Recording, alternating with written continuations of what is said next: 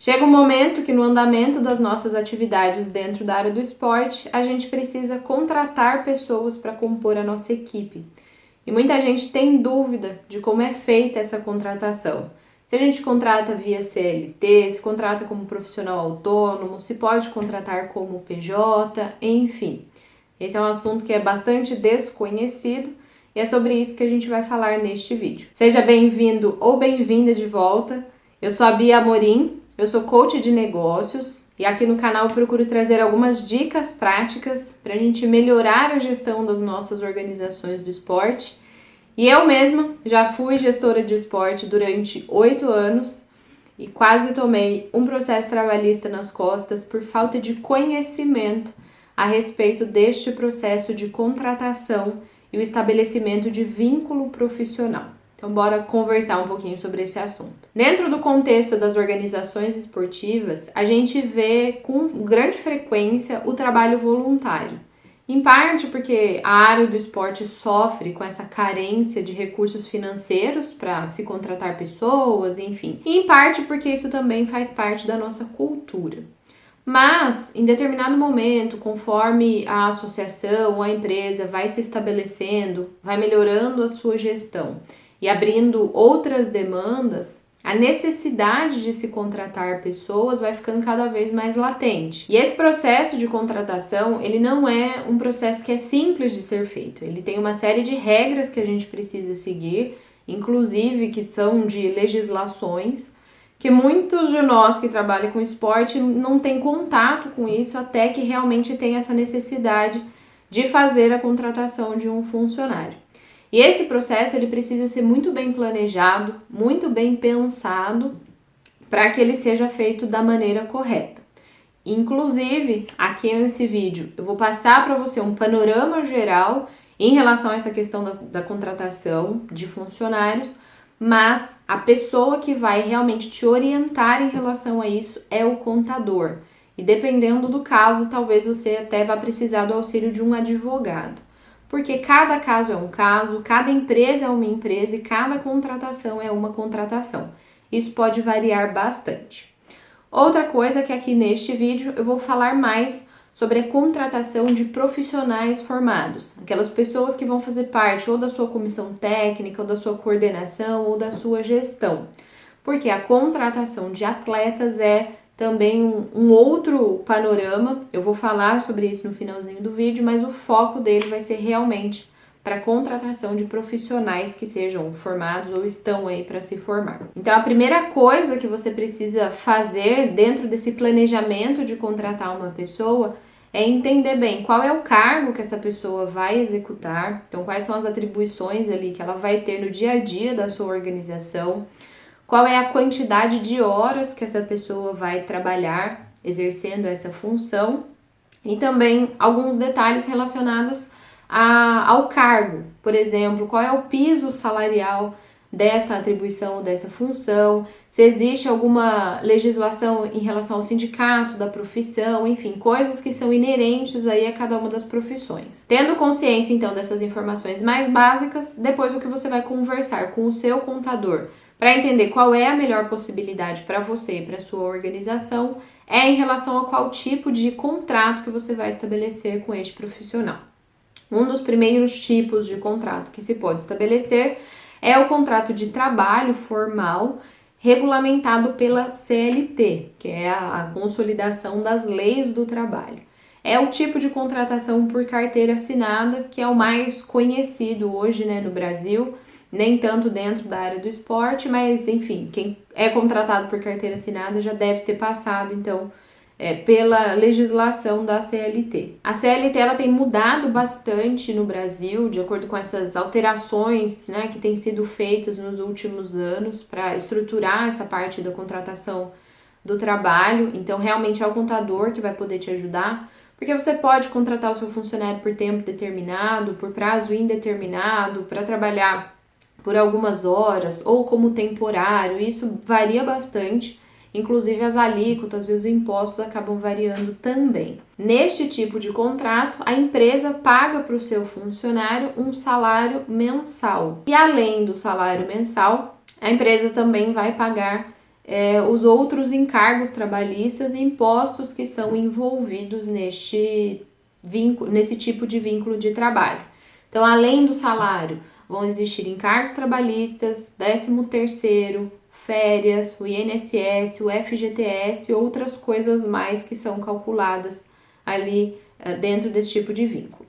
Esse tipo de vínculo é um dos mais adequados, ou deveria ser, mas é um tipo de contrato de trabalho que é muito caro, porque esse pagamento de todos os impostos, essa provisão de pagamentos acaba levando o salário do funcionário para um patamar muito mais elevado. Como assim? Vamos supor que você vai contratar um funcionário e esse funcionário ele vai receber R$1.000 por mês. É só um exemplo hipotético para poder facilitar as contas aqui.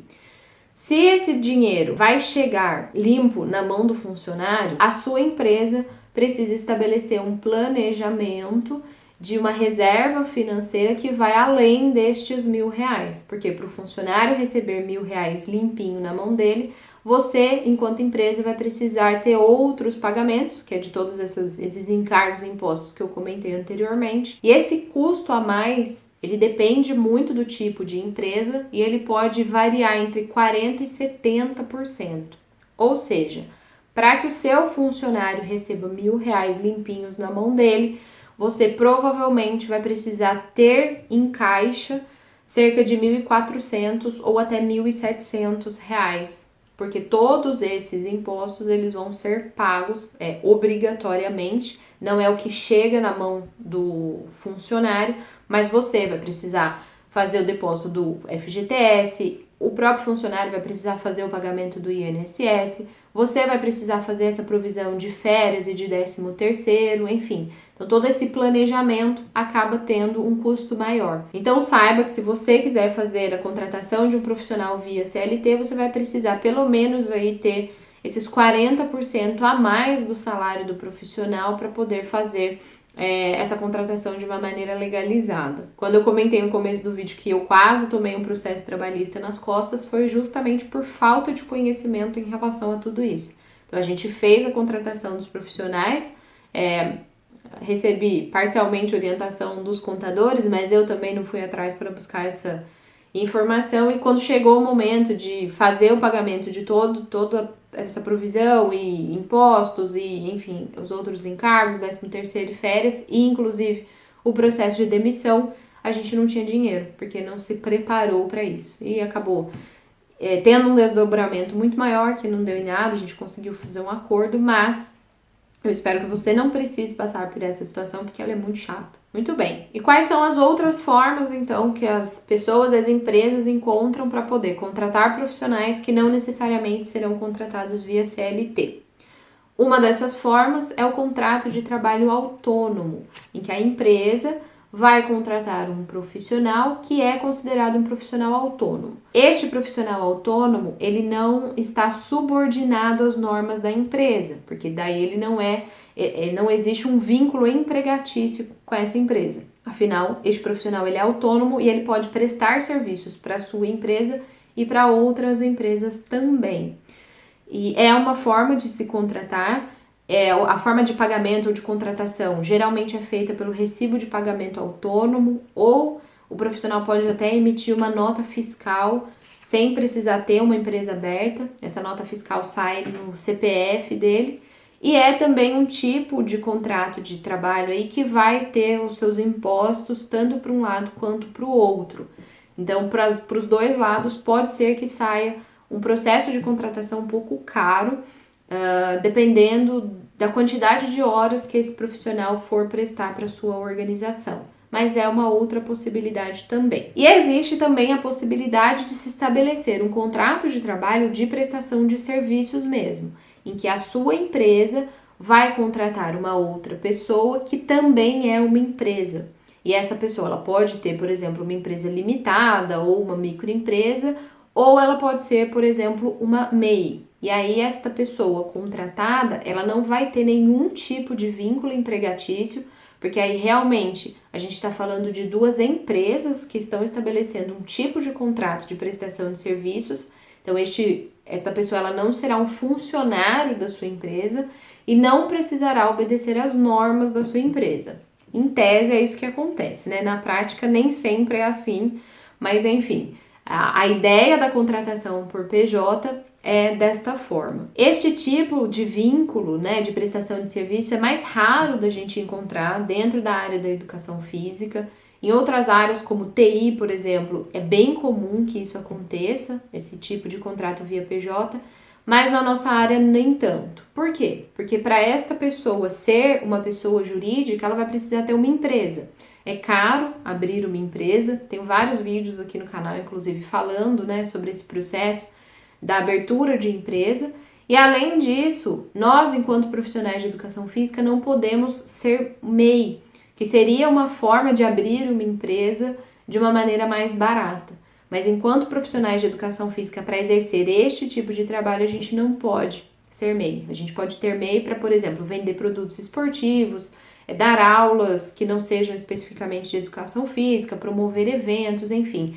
Mas na atividade em si, da prática esportiva ou da prática de atividade física, a gente não pode se formalizar como MEI, o que acaba então dificultando com que o profissional tenha um CNPJ e estabeleça um contrato de prestação de serviços com a organização. Então, em resumo, as formas mais comuns que você pode contratar um funcionário é via CLT, e aí esse profissional ele vai ser subordinado às normas da sua organização, ou você pode contratar o profissional como autônomo, ou ainda estabelecer um contrato de prestação de serviços com essa pessoa que vai ser PJ. E qual que é o cuidado que precisa ser tomado, então, quando se está falando principalmente nesse tipo de vínculo por profissional autônomo ou por PJ?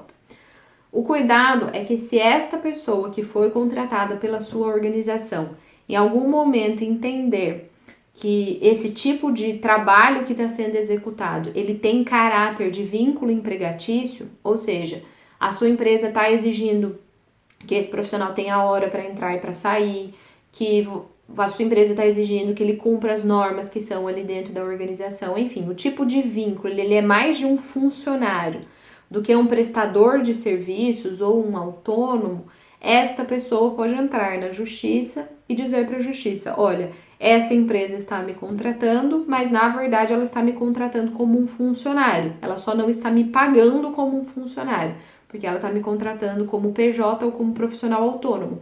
Mas eu estou exercendo o trabalho de um funcionário e não estou recebendo o que é de direito. INSS, FGTS, 13º, férias, etc, etc. E isso é muito comum de acontecer e muitos dos processos trabalhistas que nós vemos acabam sendo ocasionados por esse tipo de função. Então saiba que se você precisa de uma pessoa que vai ser sua funcionária para cumprir horas e obedecer às normas da sua organização, a forma correta de se contratar é via CLT. Caso você vá contratar um profissional que pode não ter esse tipo de vínculo, esse profissional ele vai ser um pouco mais independente, um pouco mais não, ele vai ser independente, e você vai ali estabelecer só um tipo de contrato mais de prestação de serviços, aí você pode então contratar por RPA ou até por PJ e nota fiscal. Bom, e no caso de atletas, como que é feita essa contratação? Como que se contrata atletas? Eu, particularmente, nunca me aprofundei muito neste assunto, então eu não vou saber te passar detalhes em relação ao tipo de contratação. Eu já vi clubes e entidades contratarem de maneiras diferentes os atletas e antigamente não era muito comum a gente ver o tipo de contratação de atletas via CLT, mas hoje em dia já está começando a ficar mais comum. É um processo que está lento ainda, mas já tenho visto mais clubes estabelecerem este tipo de contrato de trabalho com os atletas. E outra forma que é bastante comum de se contratar é por meio de bolsa auxílio. E aí isso vai variar muito dependendo da forma de contratação, do tipo de vínculo, do tipo de empresa, né, que está contratando, enfim. Hoje, a lei de incentivo federal já permite, inclusive, que se contrate. Já permite, não, já faz um tempo que ela permite que se contrate os atletas do projeto por meio de uma bolsa auxílio, que até aumentou bastante de valor nesses últimos tempos. Então, é outra forma de se contratar também, que é via bolsa. E ainda existe um outro cenário que eu conheço menos ainda, que é o cenário da contratação dos atletas de futebol. E aí, o tipo de vínculo, ele muda bastante. sempre falo, né, que o futebol ele é um mundo à parte do mundo do esporte, as coisas são regulamentadas de formas diferentes. E aí, no caso do futebol, ainda tem a questão que é mais frequente, né, dos direitos de imagem, a transferência dos jogadores e os direitos, né, de transferência que ficam para o clube formador, enfim. E aí é um caminho que provavelmente um profissional do direito esportivo vai ser a pessoa que vai poder te auxiliar nesse sentido, caso você tenha dúvidas. Bom, como você viu, essa questão da contratação, ela é uma questão bastante delicada. Em geral, ela é delicada não só para o meio esportivo, né? A gente tem visto muitos problemas em relação a essa questão das contratações e das relações de trabalho. Então é legal que você busque conhecimento, caso vá contratar realmente um profissional, precisa ter um profissional de contabilidade do seu lado para poder te ajudar, e é ele quem vai fazer, inclusive, todo esse processo de contratação. Caso seja necessário, até a contratação de um advogado nesse momento vai ser relevante também. Mas eu desejo e espero que você faça tudo muito certinho, porque é uma proteção para você e para sua empresa e, ao mesmo tempo, também é uma valorização do profissional que está ali sendo contratado. Eu muitas vezes já fui criticada por ser certinha demais nas coisas que eu faço, mas eu acredito que levar as coisas da maneira correta é o modelo certo da gente fazer. Quando a gente tomou quase, né, o processo trabalhista nas costas, foi realmente por falta de conhecimento e foi uma situação extremamente desagradável, foi incorreto, inclusive, da nossa parte de fazer isso, e eu não recomendo que você faça. Procure andar bastante na linha em relação a essas coisas, que é mais caro, dá mais trabalho, mas é muito mais seguro, tanto para você quanto para a pessoa que está ali do outro lado, que merece ser tratada com bastante respeito. Eu espero que esse vídeo tenha te ajudado. Se ficou alguma dúvida ainda, pode colocar aqui na descrição, eu vou procurar a resposta caso eu não saiba, para poder te passar certinho, tá bem? E eu te vejo então no próximo vídeo. Até lá, tchau!